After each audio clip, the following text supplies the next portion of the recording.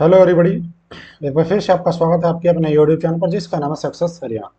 अगर आप हरियाणा सरकार का कर्मचारी हो तो आप इस चैनल को जरूर सब्सक्राइब कर लेना, क्योंकि इस चैनल आपको हरियाणा सरकार से रिलेटेड जो भी सर्विस रूल है, चाहे आपकी एक्सरेस या पॉलिसी है, कैशलेस मेडिकल कार्ड, कुछ भी हो कर्मचारी से रिलेटेड, सभी इंस्ट्रक्शंस रूल सब आपको प्रोवाइड करवाता है। और डिस्क्रिप्शन में मेरा टेलीग्राम और व्हाट्सअप का लिंक है जो कर्मचारियों का, जहाँ पे केवल कर्मचारी है, और वहां पे लगभग 20,000 कर्मचारी मेरे साथ जुड़ चुके हैं। अगर आप नहीं जुड़े तो जुड़ जाना, दोनों जगह व्हाट्सएप और टेलीग्राम दोनों का लिंक है, वहां से आप जुड़ सकते हो इसके ऊपर। और आपको वहाँ पे भी इंस्ट्रक्शंस वगैरह की पीडीएफ वगैरह रूल वगैरह कुछ भी आपको पूछना बताता रहूंगा। जो मुझे पर्सनल मैसेज करके पूछते हैं उनको मैं बता देता हूँ। अगर कोई उनमें से वीडियो देख रहा हो तो कमेंट भी कर देगा।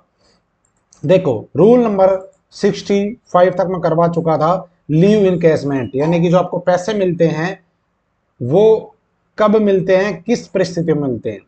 तो रूल नंबर 66 आपका, सरकारी कर्मचारी की मृत्यु या गायब होने के मामले में अवकाश बनाना। मतलब 65 वाले रूल में क्या था, रिटायरमेंट हो, सबसिक्वेंट अपॉइंटमेंट हो, बर्खास्त हो, या आपका कोई और चीजें हो, उनमें था। लेकिन अगर मृत्यु हो जाए कर्मचारी की या गायब हो जाए तो कैसे पैसे मिलेंगे, वो बात है। देखो, क्लोज 1, इसमें लिखा है साफ साफ कि सेवा के समय या रिटायरमेंट के बाद या ड्यूटी की अंतिम समाप्ति के बाद, ठीक है, किंतु इन नियमों के अधीन भुगतान योग्य अवकाश बढ़ाने की वास्तविक प्राप्ति से पूर्व सरकारी कर्मचारी की मृत्यु की घटना की स्थिति में से राशि परिवार को भुगतान योग्य होगी। मतलब कि ऐसा है, अगर कोई कर्मचारी या तो सर्विस कर रहा है तब मृत्यु हो जाए, या फिर कर्मचारी की रिटायरमेंट हो गई और ये पैसे नहीं मिले तो उसके तुरंत बाद मृत्यु हो जाए, ठीक है, मतलब कि ये पैसे मिलने से पहले अगर मृत्यु हो जाती है तो उस परिस्थिति में जो कर्मचारी का जो पैसा बनता है ईएल के बदले में, वो पैसा मृतक कर्मचारी के परिवार को दिया जाएगा। ये रूल कहता है, रूल नंबर 66 का क्लोज 1। ठीक है जी, ये बात है मृत्यु हो जाए तब। लेकिन ऐसा भी हो सकता है कि कर्मचारी की मृत्यु ना हो लेकिन गायब हो जाए, पता ही नहीं चले, तब क्या होगा। तो क्लोज 2 क्या कहता है कि अगर सेवा के समय सर्विस में था बंदा, गायब होने के मामले में जिसका पता ठिकाना मालूम नहीं है, अवकाश बनाने का लाभ सरकारी कर्मचारी के गायब होने के बारे में परिवार द्वारा प्रथम सूचना रिपोर्ट दायर करने की तिथि से 6 महीने के बाद लापता कर्मचारी को परिवार को भुगतान होगा। मतलब अगर कोई कर्मचारी ड्यूटी के दौरान, ठीक है, गायब हो जाता है और वो उसका पता ना चल पाए, सेवा के समय की बात है गायब होना, रिटायरमेंट के बाद तो मिल ही जाएगा, लेकिन अगर सेवा के समय ऑन सर्विस गायब हो जाए तो सबसे पहले तो जो कर्मचारी के परिवार वाले हैं उनको एफ आई आर कटवानी पड़ेगी।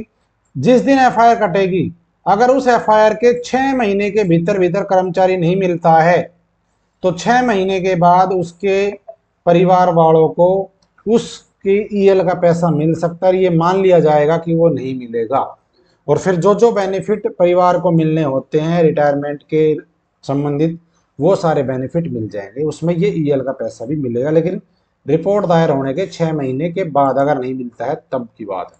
तो रूल नंबर इसका क्लोज 2 ये है, मृत्यु और गायब होने वाले में। अब है जी 67, अवकाश भुनाने की गणना, यानी कि गणना कैसे होगी कि कितना पैसा मिलेगा, वो सब चीजें कैसे होगी। तो वो देखो क्या लिखा है। तो देखो, इसमें क्या है, इसमें लिखा है कि यदि जो कर्मचारी है उसका वेतन तथा महंगाई भत्ते में कोई वृद्धि सक्षम अधिकारी के द्वारा पहले स्वीकृत की गई थी, ठीक है, यानी कि रिटायरमेंट से पहले स्वीकृत कर दी गई थी, लेकिन उसका भूतलक्षी प्रभाव क्या होता है, भूतलक्षी प्रभाव होता है, देखो इंग्लिश में दिखा तो उससे समझ जाओगे आप। भूतलक्षी इफेक्ट होता है, ये देखो ये रहा, रेस्पो रेट्रोसेप्टिक इफेक्ट, ठीक है, यानी कि जिसका प्रभाव पीछे पड़ता हो, समझ गए, जिसका प्रभाव पीछे की सभी चीजों के ऊपर पड़ता है उसको कहते हैं हम रेट्रोस्पेक्टिव इफेक्ट, उसको हिंदी में कहते हैं भूतलक्षी प्रभाव। तो अगर उसका कोई ऐसा इंक्रीमेंट पहले, मतलब उसका ऐसा कोई इंक्रीमेंट था जो उसके पीछे वाली पास्ट सर्विस से पड़ता है, लेकिन उससे पहले वो ग्रांट का स्वीकृत कर दिया गया था लेकिन कर्मचारी को नहीं मिला था, वो रिटायर हो गया, ठीक है, यानी कि रिटायरमेंट की डेट को वो एलिजिबल था लेकिन भुगतान होने से पहले रिटायर हो गया, तो उसको उस अवकाश भुनाने में शामिल किया जा सकता है। वो जो उसका इंक्रीमेंट वगैरह था वो उसको दे करके बाद में पुनः निर्धारण कर सकते हैं, और जो भी उसका एरियर बनता है जो भी उसका एरियर बनता है उस डेट से, जिस डेट को आदेश जारी किया गया था उसका, उस डेट से उसका एक मुश्त निपटान कर दिया जाएगा। ये बात इसमें कही गई है, अगर कोई ऐसा केस आता है तब। ठीक है, अगर पहले का आपका कोई ऐसा केस है तो। दूसरा है सरकारी दे जैसे वेतन तथा भत्तों, यात्रा भत्ता, चिकित्सा प्रतिपूर्ति, ऋण तथा अग्रिम इत्यादि के भुगतान के कारण सरकारी कर्मचारी से वसूल योग्य बनी कोई राशि अवकाश भुगतान की राशि से वसूल की जा सकती है। मतलब अगर किसी कर्मचारी का कोई नो ड्यूज पेंडिंग है, मतलब कोई उससे रिकवरी की जानी है, या कोई जैसे उसको वेतन भत्तों में कोई ज्यादा चला गया पैसा, या कोई यात्रा भत्ता गलत ले लिया उसकी वापसी है, या कोई चिकित्सा प्रतिपूर्ति ज्यादा पास हो गया था उसका कोई ऋण है, कुछ भी अगर ऐसा है तो वो सब चीजें उसकी, अगर ऐसा है कि वो रिकवरी नहीं हो पाई, रिटायरमेंट की तिथि आ गई नजदीक, तो उसकी जो ईएल का जो पैसा है, जो उसका अवकाश का जो पैसा भुनाना है, मान लो किसी का 1 लाख रुपए रिकवरी होनी किसी कर्मचारी से, ध्यान देना 10,000 1 लाख रिकवरी होनी, लेकिन उसका ईएल का पैसा बनता है मान लो 4 लाख, एग्जाम्पल दे रहा हूं आज के टाइम में, ठीक है 4 लाख, तो उसका इस ईएल में से पहले उसकी 1 लाख की रिकवरी कर लो, काट लो, वसूल कर लो, बाकी के 3 लाख उसको दे दिए जाएंगे। ये है इसका रूल। ठीक है जी, ये रूल बड़ा इंपॉर्टेंट है, ये चीजें हैं बाद में फिर ढूंढते फिरोगे रिकवरी कैसे करें, तो ये है रिकवरी का अगर करना है किसी का ऐसा कोई केस है तो। रूल नंबर 68, अवकाश भुनाना जो अनुदेय नहीं है, मतलब कि ऐसा अवकाश भुनाना जो कर्मचारी को अनुदेय था ही नहीं, मतलब उसको देने के लिए वो एलिजिबल ही नहीं था, तो ऐसा अगर केस है तो सरकारी सेवा से मतलब सस्पेंड हुआ हो, बर्खास्त हुआ हो, सरकारी कर्मचारी अवकाश भुनाने के लिए हकदार नहीं होगा। मतलब अगर कोई ऐसा केस है किसी कर्मचारी को बर्खास्त ही कर दिया गया तो उसको ये बेनिफिट नहीं मिलेंगे। जैसे अगर मैं आपको इंग्लिश में दिखाऊं तो समझ जाओगे, ये देखो, लीव इनकेसमेंट नॉट एडमिसिबल, मतलब कि वो एलिजिबल नहीं है।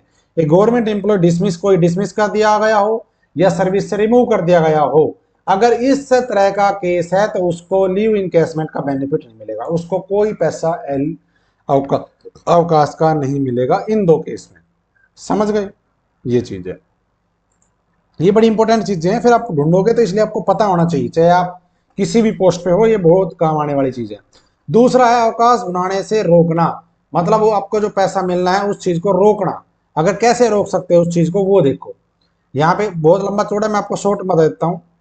इसका मतलब है आपका पैसा रोक भी सकते हैं किस केस में, अगर कोई कर्मचारी मान लो किसी सस्पेंशन चल रहा है, निलंबन है वो, या उसके खिलाफ कोई कार्रवाई, कोई डिपार्टमेंटल इंक्वायरी चली हुई है, लेकिन इसी दौरान वो रिटायर हो जाता है, सेवानिवृत्त हो जाता है, और कार्रवाई चल रही है, ऑन गोइंग है, कंप्लीट नहीं हुई, निलंबन था, रिटायर हो गया, निलंबन वापस नहीं हुआ था, अगर ऐसा केस है तो जब तक उसके वो कार्रवाई या वो निलंबन वापस नहीं हो जाता, वो कार्रवाई पूरी नहीं हो जाती, और पूरी होने के बाद मान लो ऐसा पता चले, संभावना बढ़े कि पूरी हो गई है कार्रवाई और वो उसका जो है मतलब लेने के लिए एलिजिबल है, तो उसको बाद में दे दिया जाएगा, लेकिन उस टाइम पे रोका जाएगा। अगर ऐसा लगता है कि अगर ये कार्रवाई ऐसी है कि इसके खिलाफ कुछ वसूली की जाएगी या कुछ भी लगा लो, तो वो अधिकारी जो सक्षम अधिकारी है वो आपके इन पैसों को रोक सकता है, पूरा भी रोक सकता है, कुछ भाग भी रोक सकता है।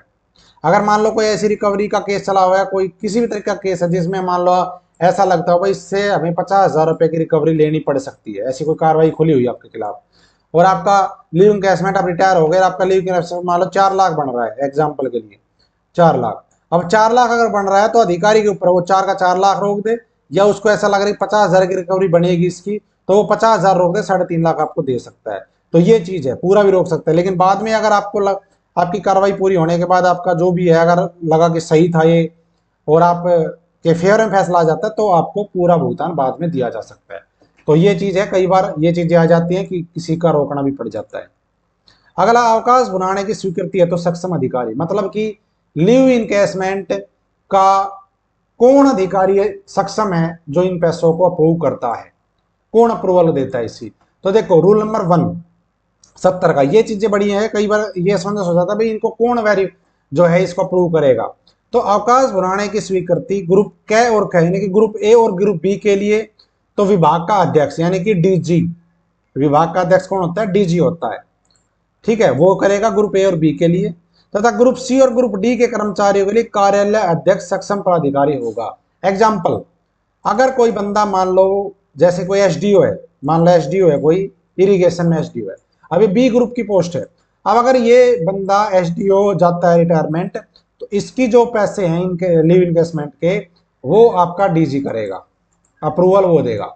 लेकिन अगर कोई मान लो जेई है, कोई जेई है इरिगेशन में, वो रिटायर होता है जेई से, तो उसका जो कार्यालय का अध्यक्ष है, अब कार्यालय का अध्यक्ष एक्शन है अगर, या एसडीओ, मुझे नहीं पता कौन होता है इनका कार्यालय का अध्यक्ष, लेकिन फिर भी मैं एग्जांपल दे रहा हूं, अगर इनका कार्यालय का अध्यक्ष एक्शन है, या कोई इनका इंजीनियर होता हो, पता नहीं जो भी है, मुझे डिपार्टमेंट के बारे में इस एग्रीगेशन का नहीं पता, तो वो करेगा। यानी कि जो कार्यालय का हेड होता है, जिस कार्यालय में आप नौकरी कर रहे हो, उस कार्यालय का हेड जिसके पास डीडीओ पावर है, वो कार्यालय का हेड है, तो वो करेगा। ठीक है जी। तो ये जैसे कोई टीचर है, मान लो टीजीटी टीचर है, एग्जांपल ले लो, टीजीटी टीजीटी टीचर है, तो ये सी ग्रुप की पोस्ट है। अगर कोई टीजीटी से रिटायर होता है, तो इसकी जो अप्रूवल है वो कौन है, कार्यालय का अध्यक्ष कौन है, इनका प्रिंसिपल, तो प्रिंसिपल करेगा। लेकिन अगर प्रिंसिपल रिटायर होता है, तो फिर करेगा विभाग का अध्यक्ष डीजी, ऐसे है।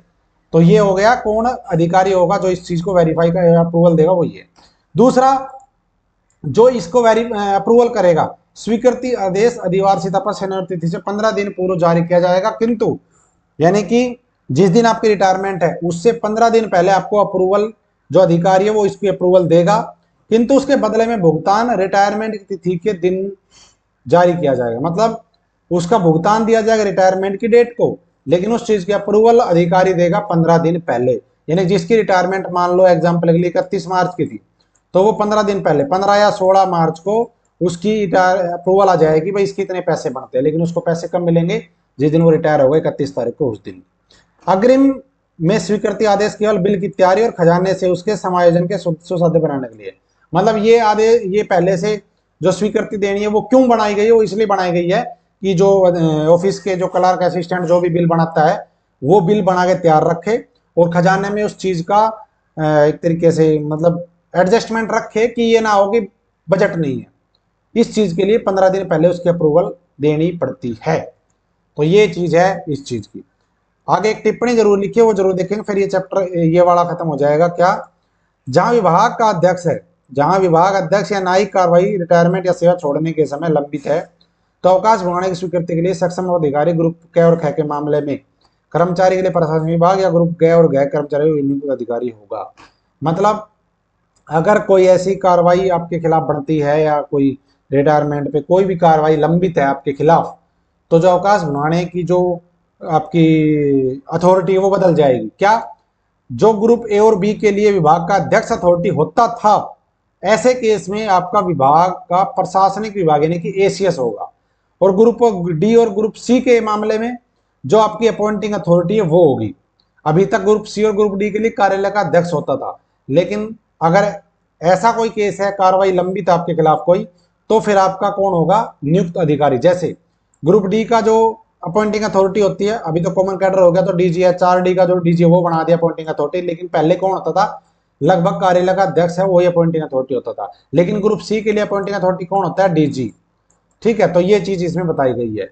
अगर कार्रवाई है तो ये आपका बदल जाएगा।